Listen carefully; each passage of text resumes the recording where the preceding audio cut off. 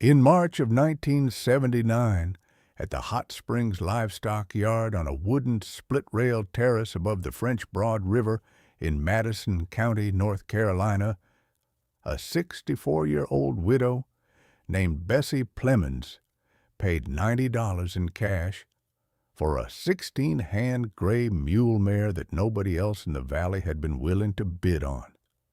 The mule had belonged, until February of 1979, to an old hill farmer named Wallace Tatum, who had lived on a 120-acre tobacco and pasture operation outside of Marshall, and who had died of a stroke at 84 in the kitchen of his clapboard farmhouse on a cold Tuesday afternoon.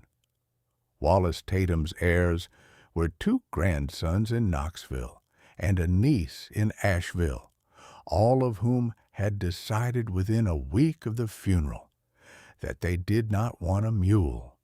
The grandsons had wanted the tractor. The niece had wanted the wood stove. None of them had known what to do with the 16-hand gray mule mare Wallace Tatum had owned for 19 consecutive years and had taught to plow tobacco rows and skid logs and pull a sled across ice.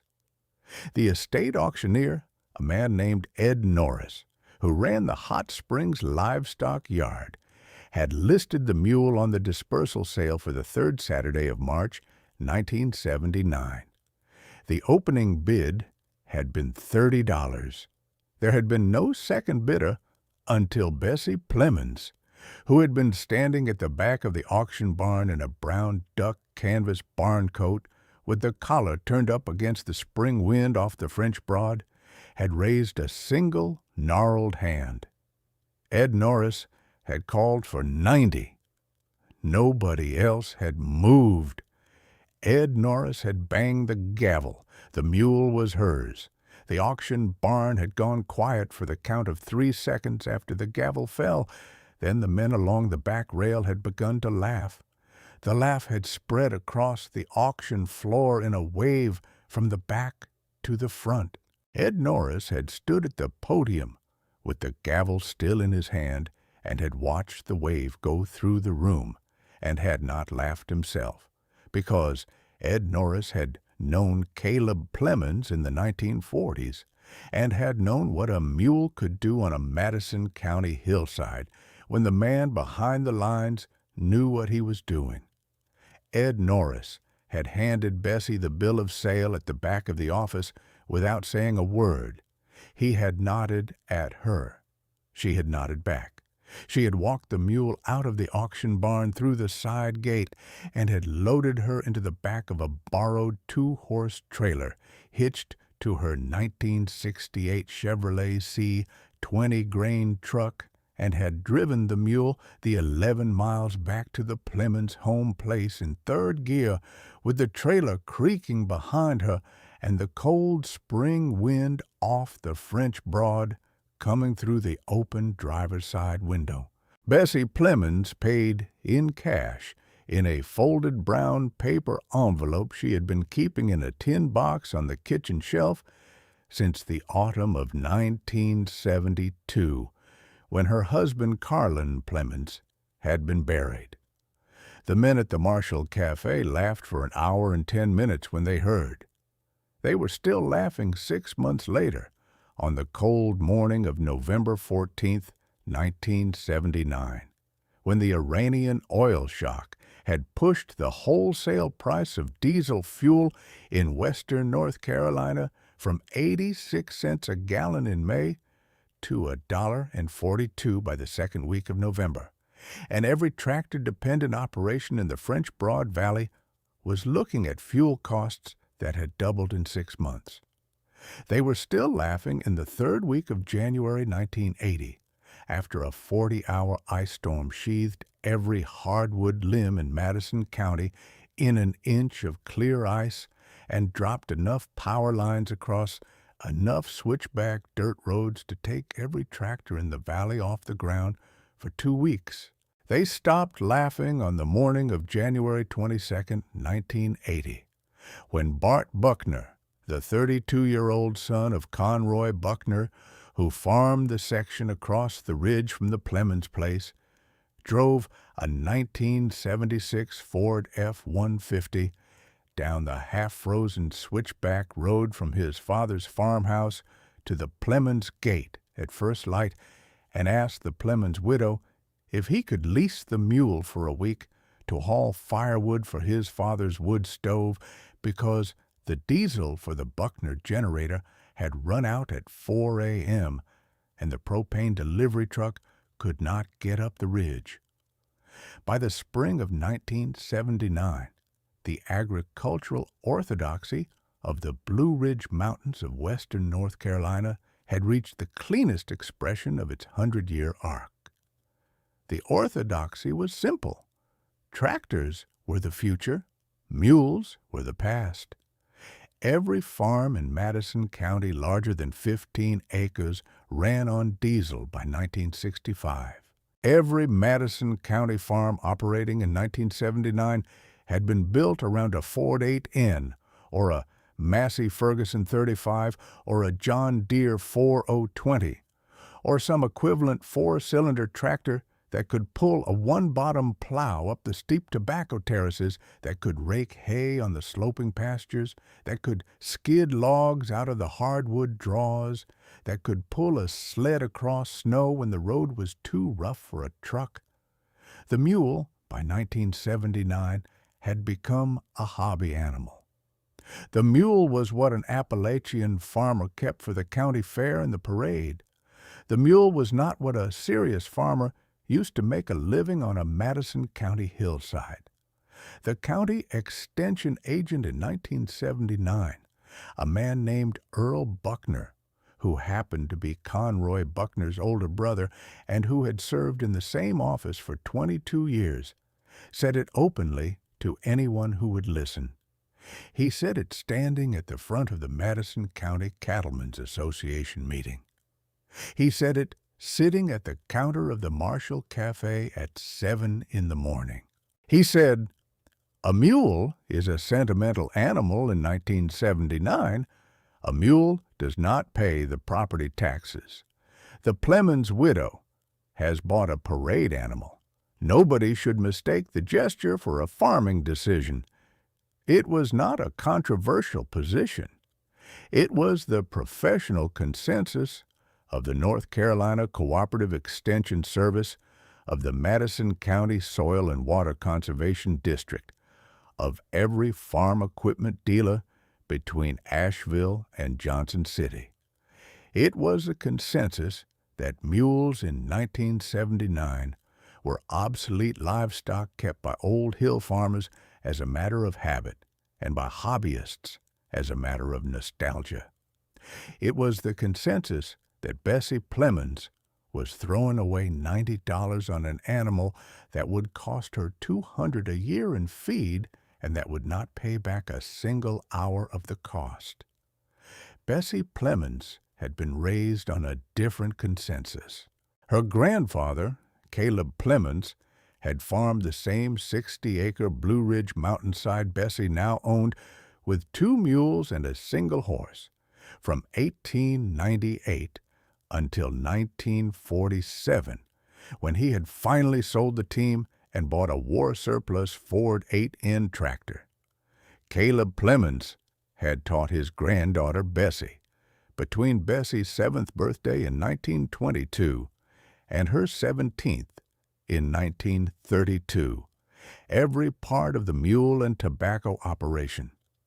He had taught her to harness, to halter, to drive a pair of mules with a single set of lines, to lay a tobacco row, to skid a hardwood log on a single tree, to pull a sled across icy ground without spooking the team. He had taught her every command in English and several in the broken Cherokee his own grandmother had used.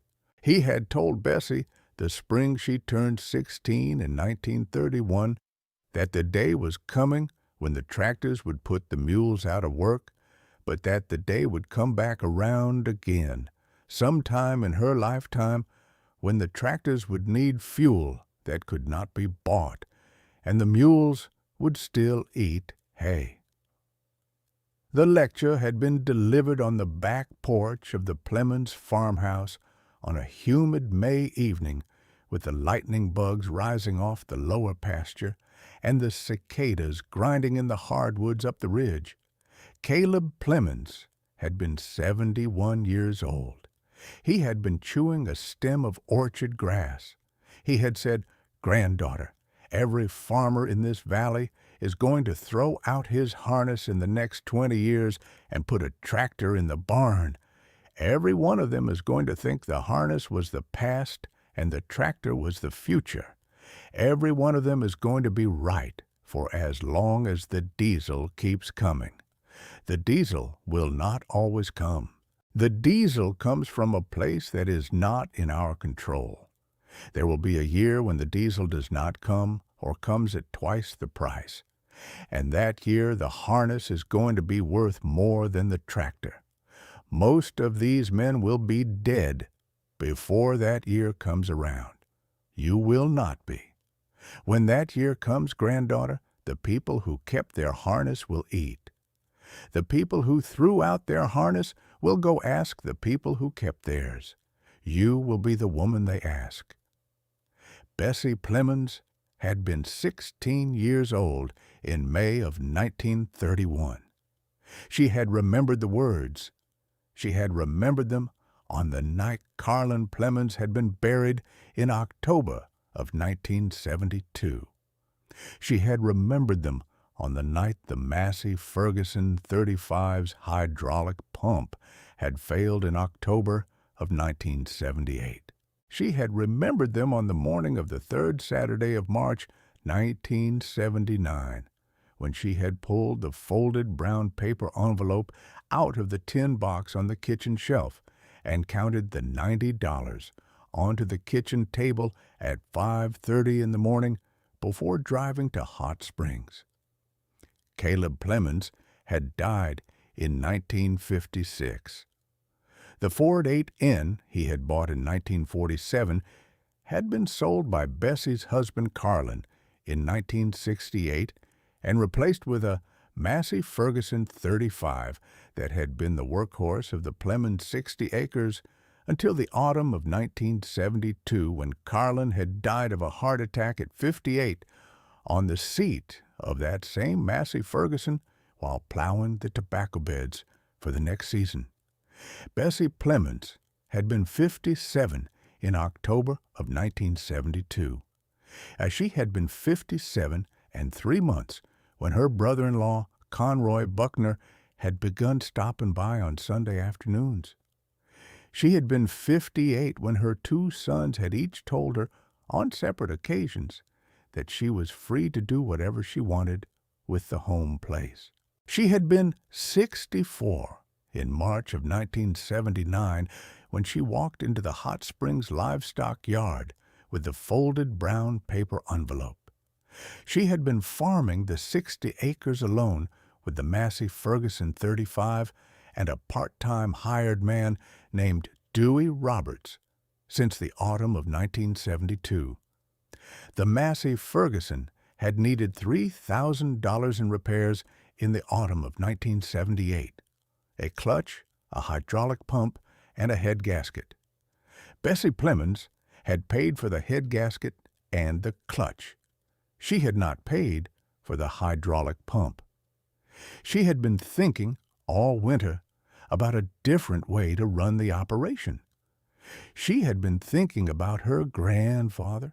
She had been thinking about the spring of 1931 and the lecture Caleb Plemmons had given her on a porch at the back of the farmhouse the night her grandmother had died.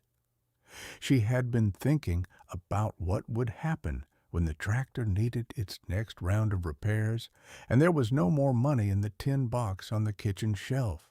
She had decided by the second week of February 1979 what she was going to do. She had driven her 1968 Chevrolet C20 grain truck to Hot Springs on the third Saturday of March. By the second Tuesday of April 1979, every farmer in Madison County had heard about the Plemmons widow's mule. The Marshall Cafe sat on Main Street between the courthouse and the First National Bank, and on Tuesday and Friday mornings between 5:30 and 7, the long Formica counter filled with men in faded blue ball caps and brown felt Western hats, drinking coffee from chipped enamel mugs and arguing about the price of burley tobacco at the Asheville auction warehouses, and the prospects for the spring planting, and the question of whether the new Federal Conservation Reserve Program would help or hurt a Blue Ridge Hill operation. The Plemmons widow's mule had become the dominant topic of conversation by the third week of April. Conroy Buckner, who farmed 320 acres of pasture and burley tobacco on the section across the ridge from the Plemmons' place, had told the story at the counter 4 mornings in a row. He had told it again at the April Cattlemen's Association meeting. He had told it once more at the First Baptist Church coffee hour on the second Sunday of April. By the end of April, he had told it in some form to every farmer within 30 miles of Marshall. The story changed slightly with each telling. By the time it reached Earl Buckner at the courthouse on the morning of April 28th, the story was that Bessie Plemmons had paid $200 for a mule that the late Wallace Tatum's heirs had been ready to give away, and was claiming, on the authority of her dead grandfather's 1931 advice, that the mule would somehow displace the massive Ferguson 35 on the 60-acre Plemmons operation. The mockery in Marshall was not cruel. It was a kind of small-town disbelief that wore the clothing of concern. At the feed store on Wednesday afternoon, Bessie heard a man named Irvin Shelton, who had bought hay off her grandfather Caleb in 1948, tell another customer that the Plemmons widow had let the loneliness of 7 years of widowhood get the better of her judgment. At the First National Bank on the Saturday before Easter, the bank manager pulled Bessie aside after she had finished a routine deposit and asked her, in a low and respectful voice, whether she had thought through the time and motion difference between a mule and the Massey Ferguson on a 60-acre operation. At the First Baptist Church potluck on the third Sunday of April, the minister's wife pulled Bessie aside in the basement fellowship hall and asked her in a careful voice whether the mule was something Carlin would have approved of. Bessie had looked at the minister's wife across the corner of a folding card table that held a covered casserole and a glass pan of apple cobbler, and had said, "Carlin would have asked me what my grandfather thought." The minister's wife had said nothing. Bessie had carried her green bean casserole back to the kitchen and washed her own dish. Conroy Buckner had been Carlin Plemmons' neighbor for 43 years. He had farmed the section across the ridge from the Plemmons' home place since 1962, when his own father had retired. By the spring of 1979, he was 60 years old. He was stocky and barrel-chested. His face had gone red from 40 years of mountain sun and wind. His brown stubble was going gray across his cheeks and jaw. His deep-set blue-gray eyes were squinted from years of working steep terrain. He wore a faded brown felt Western hat with a sweat-stained band, a faded denim jacket over a green plaid flannel shirt, dark blue Wrangler jeans, and scuffed brown lace-up work boots. His mouth had the paternalistic worried set of a man who had spent his whole life believing he was responsible for other people's decisions. He had wanted the Plemmons 60 acres before Carlin died. He had wanted it more after. He had not, in the 6.5 years between Carlin's death and the mule purchase, openly raised the subject with Bessie. He had instead approached it sideways. He had stopped by on Sunday afternoons. He had brought casseroles his wife Glenda made. He had asked, in the tone of a brother-in-law who was simply being practical, whether Bessie had thought about leasing the lower 30-acre tobacco beds to the Buckner operation for a couple of seasons. He had offered to bush hog her ditches. He had offered to send Bart over to fix windmills. He had told her more than once that any decision she wanted to make about the operation would have his full support. Bessie had thanked him. She had not leased the lower 30. She had not asked Bart to fix the windmills.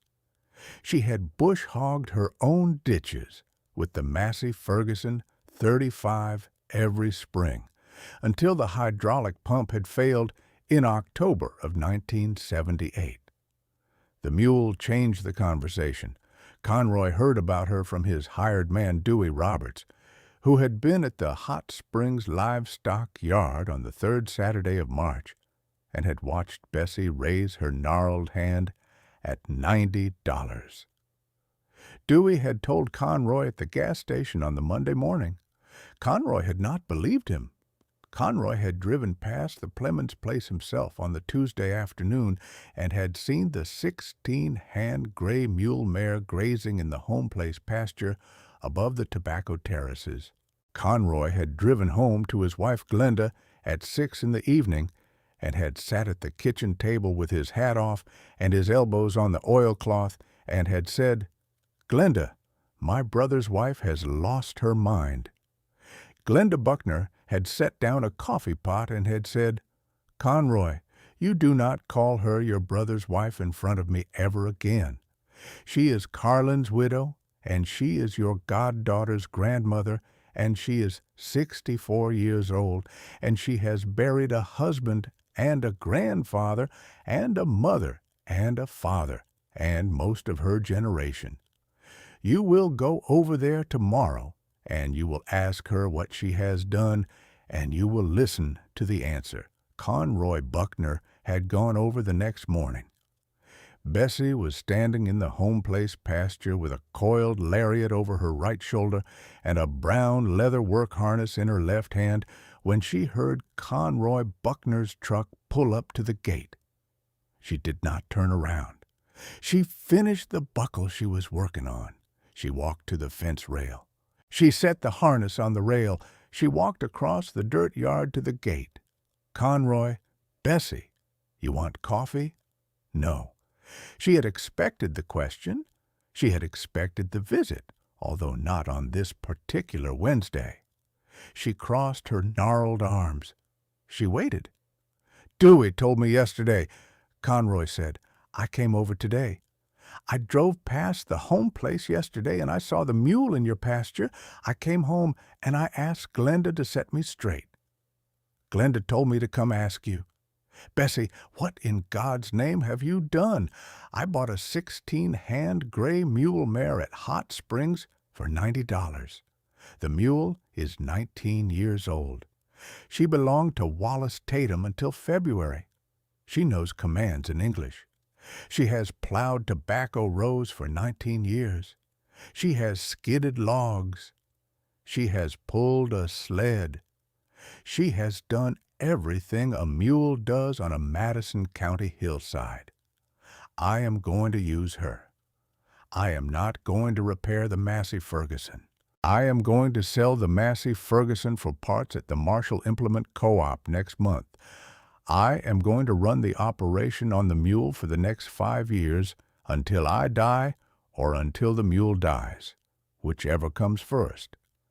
Bessie, Conroy, you cannot run a 60-acre tobacco and pasture operation on a single mule in 1979. The Massey Ferguson 35 will pull a one-bottom plow at 3 miles an hour on a level grade. The mule will pull at 1.5 on a good day. Your tobacco bed prep work that took the Massey Ferguson 8 days last spring is going to take the mule 16 this spring. You will be planting 2 weeks late. You will lose 10% of your tobacco yield to the late planting. You will lose another 10 to the inability to bush hog ditches at speed. You will lose a third 10 to the firewood bottleneck, because the mule cannot skid the volume of hardwood that you need for the curing barn.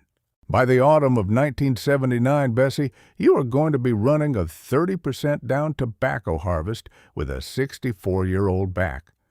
You are going to want to sell the operation. You are going to come ask me to buy it. I will buy it. I will pay a fair price. I will treat the home place like it was Carlin's, and you know I would. I am not asking for a thing in return. I am telling you what your husband would have told you if he were alive. The tractor is the future. The mule is the past. Sell the mule. Bessie Conroy.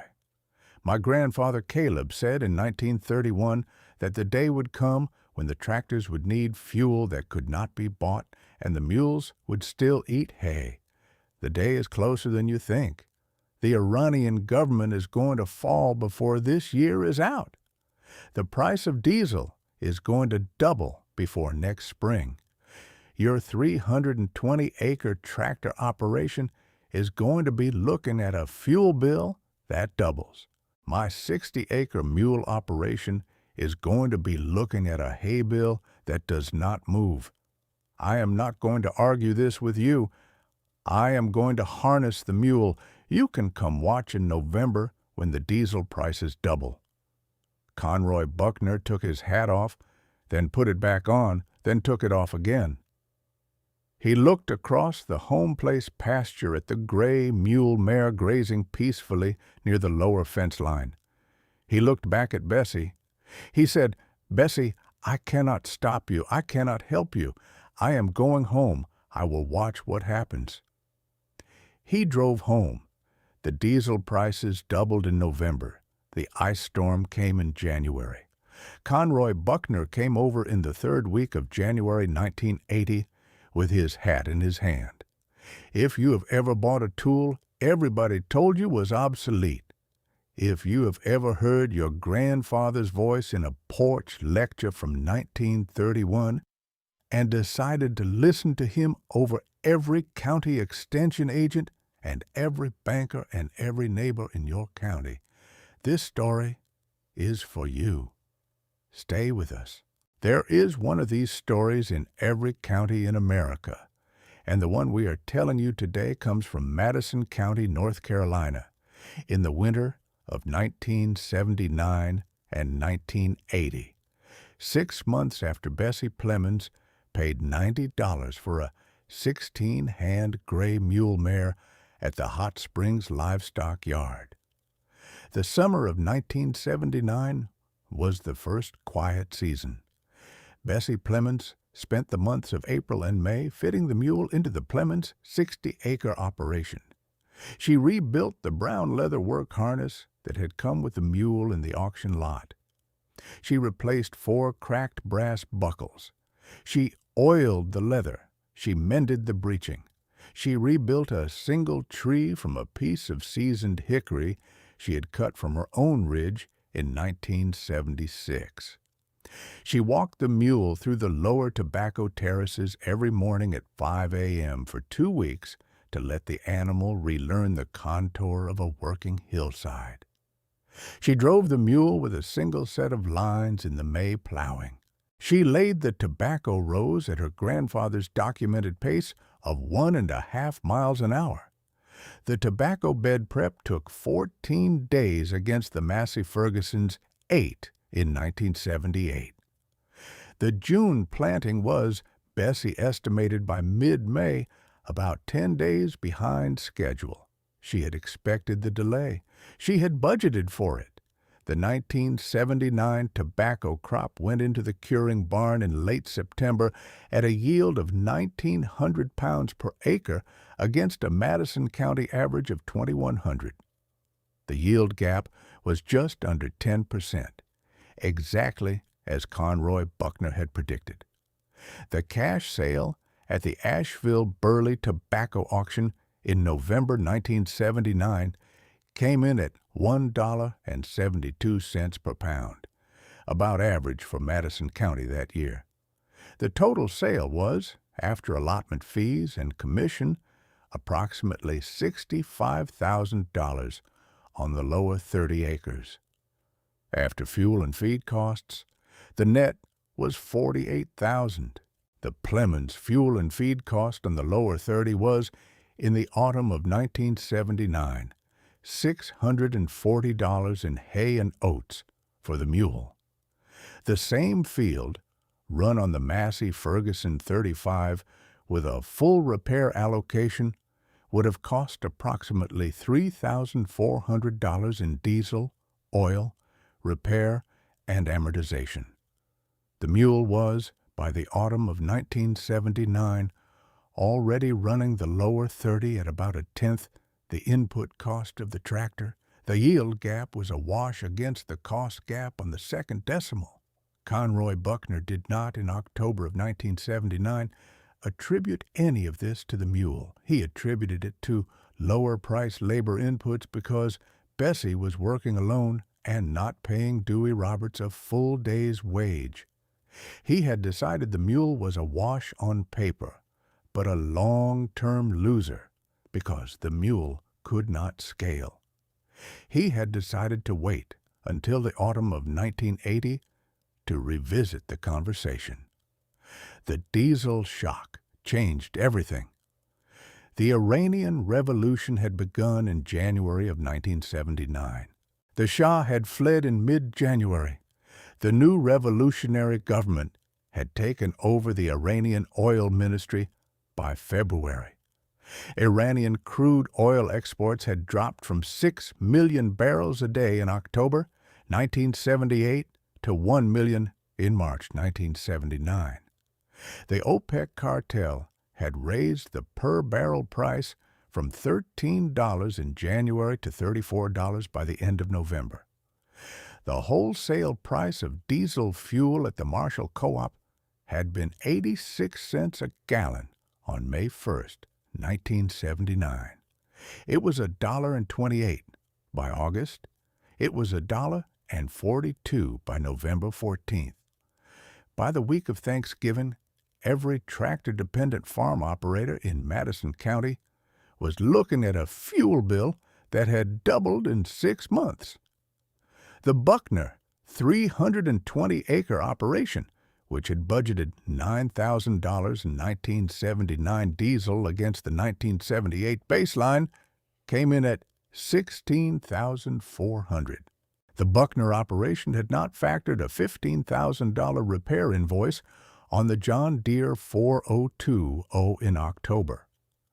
The Buckner operation, by the morning of December 1st, 1979, was looking at an operating cost overrun of $15,000 against budget on a single year.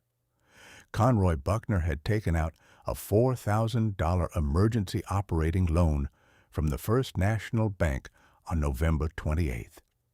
He had pledged the John Deere 4020 and the home section 300 acres as collateral.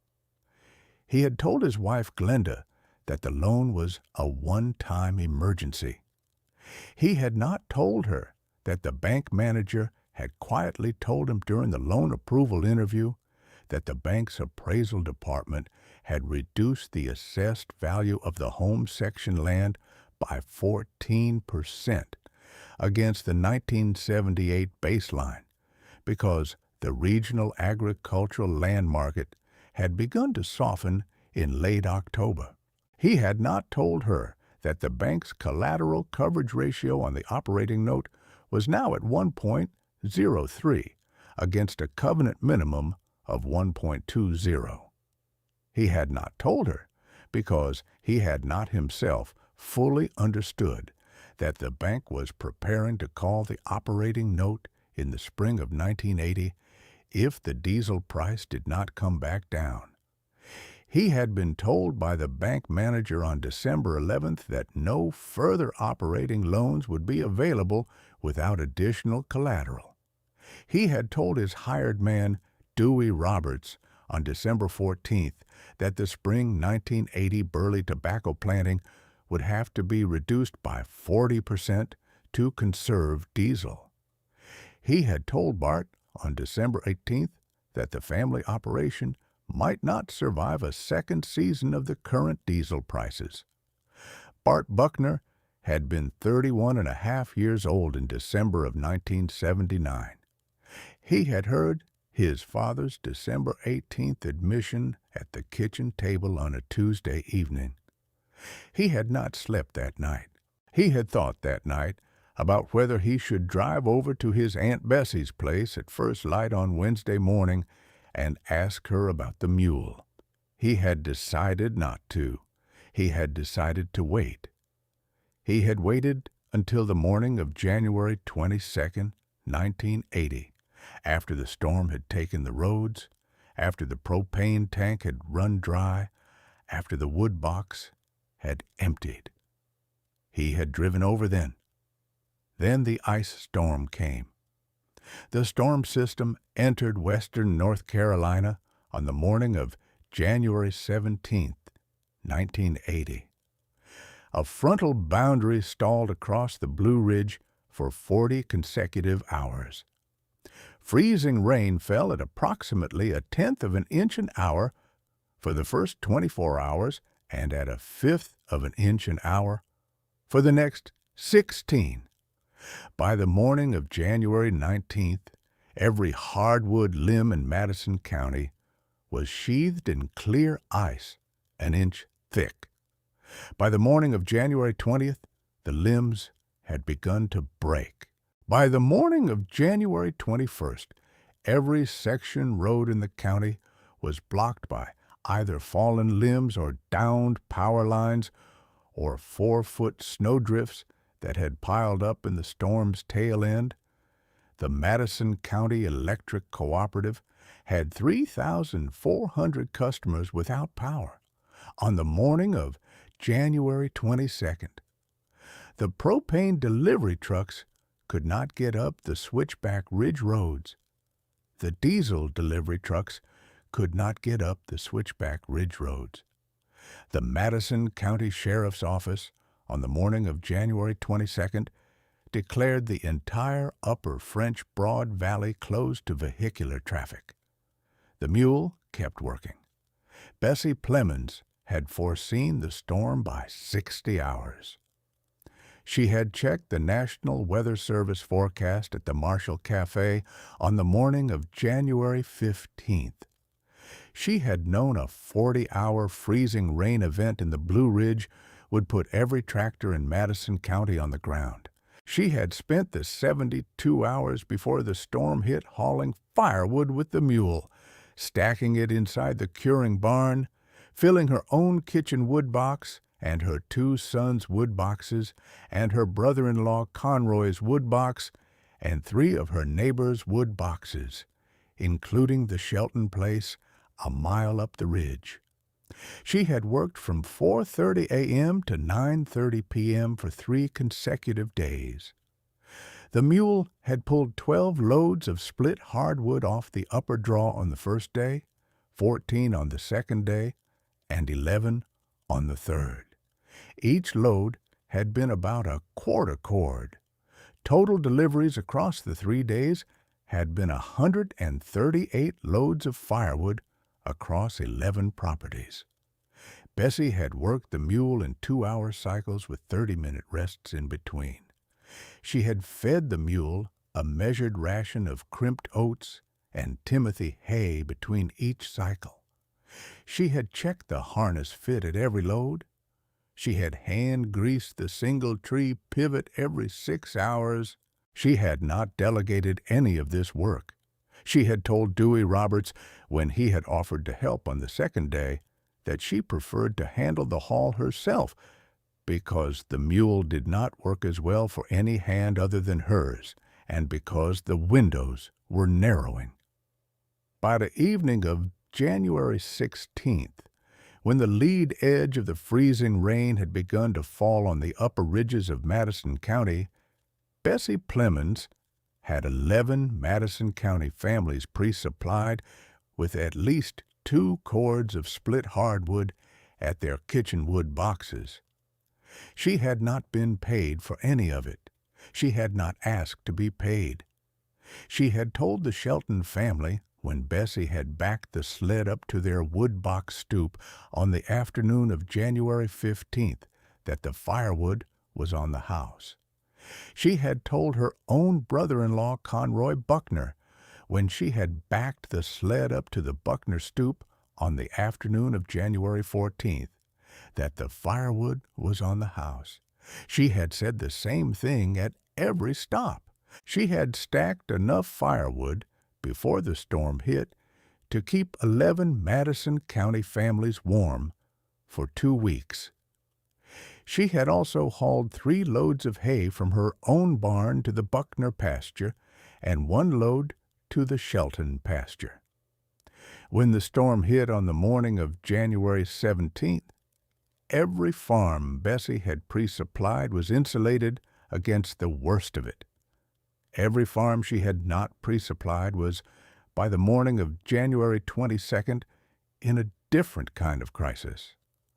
Bart Buckner drove his 1976 Ford F-150 down the half-frozen switchback road from his father's farmhouse to the Plemmons gate at first light on the morning of January 22nd, 1980.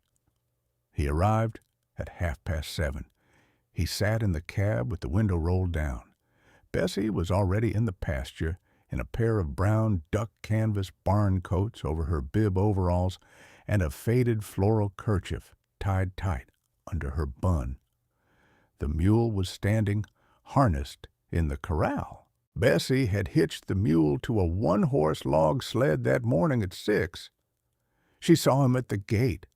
She walked over to the gate. The mule was watching from the corral, ears tipped forward toward the unfamiliar truck. Bessie had hand-stitched a fresh leather collar pad onto the harness the previous evening because the cold had stiffened the old pad. She had sharpened the single-tree pivot pin with a small file and a stone. She had checked the hooves at 4:30 a.m. with a hoof pick by lantern light. She had brushed the mule with a stiff, dandy brush. The mule was, by the time Bart Buckner pulled up to the gate at 7:30, ready to work and warmed up. She set the lead shank on the gate post. She stood at the driver's side window. "Bart, Mrs. Plemmons, you want coffee?" "No. I came over to ask a question. My father didn't send me. He doesn't know I am here. The diesel for the generator ran out at 4 a.m. The propane truck cannot get up the road. The woodbox is empty. My mother is in the kitchen with my niece, who is asleep on the kitchen sofa under 3 blankets. We have been off the grid since 1 a.m. on the 18th. I came over to ask if you would lease the mule for a week to haul firewood from the upper hardwood draw to the farmhouse." Bart Buckner was 32 years old. He stood 6 feet tall. He had his father's stocky build and his mother Glenda's hazel eyes. He wore a faded blue ball cap and a denim jacket over a brown plaid flannel shirt. He had not, in the 7.5 years since Carlin Plemmons had died, ever asked Bessie Plemmons for a single thing. He asked now. Bessie picked the lead shank up off the post. She walked to the corral gate. She unbuckled the mule's halter and rebuckled it on a working bridle. She led the mule out of the corral. She handed Bart the lead shank. She said, "Bart, the mule is yours for the week. The price is $20 a day, cash on completion, payable when the propane delivery truck gets up the road. The fee includes me coming over every morning at 6 to harness her and every evening at 6 to unharness her, because the mule does not know your hands and will not work for you if you try to harness her yourself. The fee also includes a 20-pound bag of crimped oats a day for her supper, which I will bring with me. There will be no follow-up service included in the price. If you want me to keep working her after the storm, the rate is $20 a day for the next 30 days while we sort out what happens next." Bart Buckner said, "Mrs. Plemmons, I am in. Word travels in Madison County." By the morning of January 24th, 1980, 11 Madison County farm families had asked Bessie Plemmons for some form of mule service. 6 wanted the firewood haul. 3 wanted hay deliveries to stranded cattle. 1 wanted a sled run to a ridge cabin where an elderly couple was without heat. 1 wanted Bessie to break a path with the mule from the county road up a half-mile of switchback ridge to a propane tank that the truck could not reach. Bessie sat in her kitchen on the evening of January 24th with a hardback ledger and a pencil. She wrote down what she could do. She wrote down what she could charge. She decided that she would work the mule 8 hours a day for the next 3 weeks at a flat $20 an hour, cash on completion, with priority given to families with children or elderly residents, and second priority given to the order in which the requests had come in. By the morning of February 15th, 1980, the storm was over. The roads were clear. The propane trucks were running. The Madison County Electric Cooperative had power restored to 98% of customers. Bessie Plemmons had earned, in the 3 weeks of mule work between January 22nd and February 15th, $3,360 in cash. She had refused to take a check from anyone. She had refused to bill any neighbor who had been pre-supplied with firewood before the storm. She had charged the 11 families who had not been pre-supplied. She had taken the cash in folded brown paper envelopes in 20s. She had stacked the envelopes in the tin box on the kitchen shelf where she had kept her $90 mule money in March of 1979. By the end of February 1980, the tin box held $3,450. The mule had paid for herself 38 times over in 11 months. In the spring of 1981, Bessie Plemmons received a letter from a researcher at North Carolina State University in Raleigh named Dr. Janella Honeycutt. Dr. Honeycutt was an associate professor of animal science. Her research program focused on draft animal economics in southern Appalachian agriculture. She had read about the Plemmons operation in a March 1980 article in the Asheville Citizen-Times that had described the storm response without naming Bessie.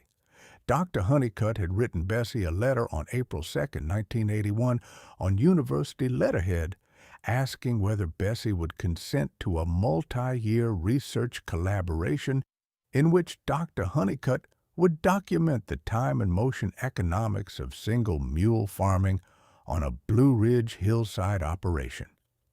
Dr. Honeycutt promised in writing that no individual operator would be named in any peer-reviewed publication without the operator's express written permission. Bessie answered 3 weeks later. She said yes. She said, "Don't use my name." Dr. Janella Honeycutt arrived at the Plemmons gate on the morning of May 14, 1981, in a 1979 red Ford F-100 with 2 graduate student assistants in the back seat. She introduced herself to Bessie at the gate. She asked to walk the lower 30 acres of tobacco beds first. Bessie walked her down. The May light was long across the freshly laid tobacco rows. Dr. Honeycutt stopped at the 3rd row. She knelt. She measured the row spacing. She measured the bed depth.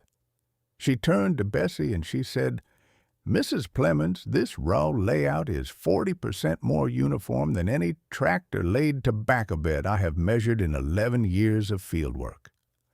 May I have 3 days to do a full data collection?" Bessie gave her 3. By the morning of the 4th day, Dr. Honeycutt had finished her data set.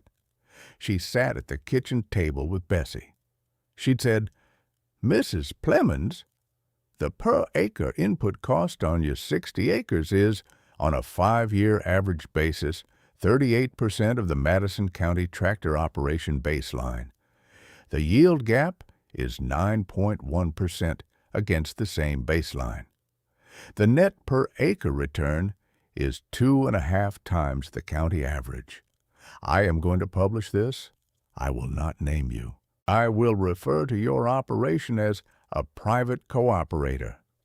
Your harness fit at the withers is 2.5% below the standard reference, which is reducing your shoulder galling rate to near zero. Your single tree balance is 97% against an industry standard of 88. Your line pressure is consistent at 4.5 pounds against a standard of 3 to 7. Your row spacing on the tobacco beds is uniform to within 3/4 of an inch on a 38-inch nominal. The mule itself, by my measurement, is operating at a metabolic efficiency of 14% against a draft horse reference of 11. Your animal husbandry baseline is, on my honest professional assessment, the cleanest single mule operation I have ever measured in 11 years of field research. The agricultural extension community is going to spend the next 20 years trying to figure out how a 64-year-old widow on a hand-built mule harness is outperforming the entire Madison County tractor fleet." Bessie said, "Don't use my name." Dr. Honeycutt did not use her name. She published, between 1982 and 1986, 3 papers in Agricultural Economics and the Journal of Animal Science that referenced the Plemmons operation only as Cooperator F. The papers were the most read articles in their respective journals in the years they appeared. None of the Madison County farmers found Cooperator F. Conroy Buckner drove his 1976 Ford F-150 over to the Plemmons gate on a cold Saturday afternoon in late October 1985, 6.5 years after Bessie had bought the mule. The 1985 tobacco harvest had been the best year the Plemmons operation had recorded since 1968, a yield of 2,200 pounds per acre on the lower 30 at a cash price of $2.04 a pound. The total tobacco gross was $133,000 on 30 acres. After feed and minor harness repairs, the net was $115,000. The Buckner 320-acre tractor operation had grossed in the same year $170,000, but had netted only $82,000 after diesel, repair, and equipment financing costs. The Plemmons operation, on a per-acre basis, was earning 4 times what the Buckner operation earned. Conroy parked his truck at the gate. He walked through. He walked across the dirt yard to the corral. He looked at the mule. He looked back at Bessie, who had walked out from the curing barn with a wooden harness peg in her left hand. He took off his faded brown felt western hat. He set it against his chest. "Bessie, Conroy, I have been thinking about Carlin. I have been thinking about my grandfather Caleb. I have been thinking about what I should have said in the spring of 1979 when you came to me and you told me the mule was the future. I am here to tell you that I know it now. I should have known it in November of 1979 when the diesel doubled. I did not know it, because I am the kind of man I am. I am not asking forgiveness. I am asking if I can come stand at this corral one Saturday afternoon a season and learn what I should have learned in 1979. Bessie unhooked the harness peg and hung it on a fence post. She walked to the corral gate. She unlatched the gate. She held it open. She said, "Conroy, you are forgiven. You were forgiven on the night Glenda sent you over here in April of 1979. You did not need to come today." "I did need to come today, Bessie." "Then come walk the corral." He came in. He walked the corral with her for an hour. He looked at the harness. He looked at the single tree. He looked at the mule's ears. He took the lead shank from her gnarled hand. He led the mule across the corral and back. He watched the mule's gait. He watched the mule's response to his hand.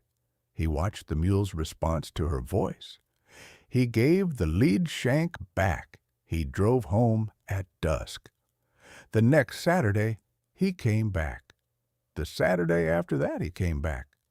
By the end of November 1985, he had come back 5 Saturdays in a row. He did not pay her for the visits. She did not ask him to. The Saturday visits became, in the Buckner and Plemmons families, a thing that was understood and not discussed. They continued until Conroy Buckner's death in 2002. The wooden corral gate post was named for him in his obituary in the Madison County News Record. The Madison County News Record ran a feature in its November 20th, 1985 edition under the headline, "The Mule That Saved the Valley." The article was 8 column inches on the front page and continued for 14 more inside. Dewey Roberts was quoted. He said, "I worked beside Bessie for 13 years. I knew the mule was right by the autumn of 1979. I should have spoken up then. I am sorry I waited until the storm hit." Irvin Shelton was quoted. He had bought hay off Caleb Plemmons in 1948. He said, "I knew Caleb. I will say this once. The granddaughter is what the grandfather was, and what the grandfather was the smartest mule and tobacco operator on the upper French Broad. I am sorry I did not say so in 1979. Conroy Buckner was quoted. He said, "I owe my brother's wife the warmth of my farmhouse in the 3rd week of January 1980. I will spend the rest of my life trying to deserve to call her my sister." Dr. Janella Honeycutt at North Carolina State University was quoted. She said, "We have known about the Plemmons operation since the spring of 1981. Mrs. Plemmons asked us to keep her name out of the literature. We did. We are no longer going to. The Plemmons operation is the foundation of draft animal economic research in the Southern Appalachians. It is, as far as we have been able to measure, the most cost-efficient hill farming operation in the state of North Carolina. It has been quietly run for 6.5 years by a single Madison County widow on a 16-hand gray mule mare she paid $90 for at a March 1979 dispersal auction."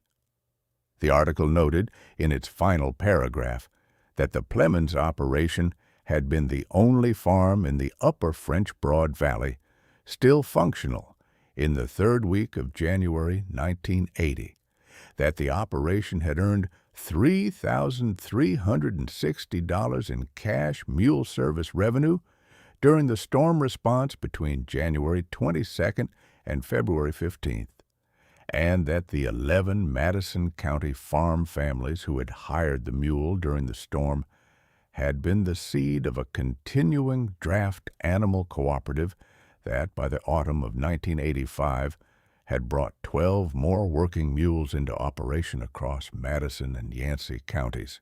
The cooperative met every 3rd Saturday of the month at the Marshall Cafe in the back booth. Bessie Plemmons attended every meeting from October 1980 through October 1994. She did not chair the cooperative. She did not collect dues. She did not write bylaws. She sat in the back booth with a cup of coffee and a small leather notebook, and she answered every harness question and every gate question and every feeding question that the new operators brought her. She helped 7 of the 12 new mule operators select their animals at dispersal auctions in Hot Springs, Burnsville, and Asheville between 1980 and 1985.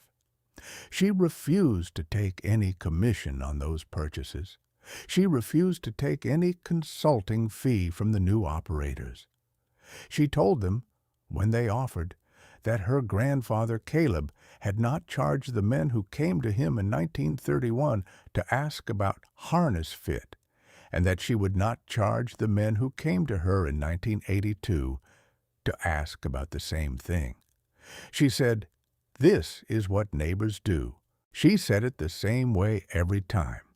The article did not note because Bessie Plemmons had not told the reporter that the brown leather work harness on the mule had been hand rebuilt by Bessie in April of 1979 from a harness Wallace Tatum had owned, that the single tree had been cut from a piece of seasoned hickory off the Plemmons Ridge in 1976, and that the lecture Caleb Plemmons had given his granddaughter on a porch at the back of the farmhouse in the spring of 1931 about the day the tractors would need fuel that could not be bought had been remembered by Bessie Plemmons in the kitchen of the same farmhouse on the night of November 14, 1979, almost word for word as he had said it 48 years earlier.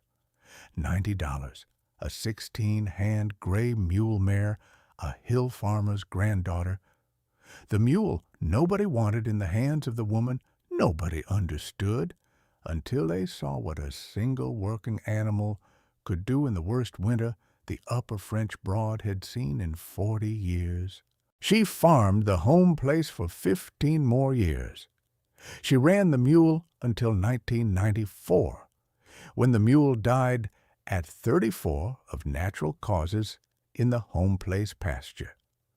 By the end of her career, Bessie Plemmons had inspired a working revival of draft animal farming on more than 90 Madison County and Yancey County Hill operations. The harness her grandfather Caleb had taught her to rebuild as a girl is now hanging in a glass case at the Madison County Historical Society in Marshall, donated by her sons in 1998, the year after Bessie died at 82. The brass buckles on the harness are still polished.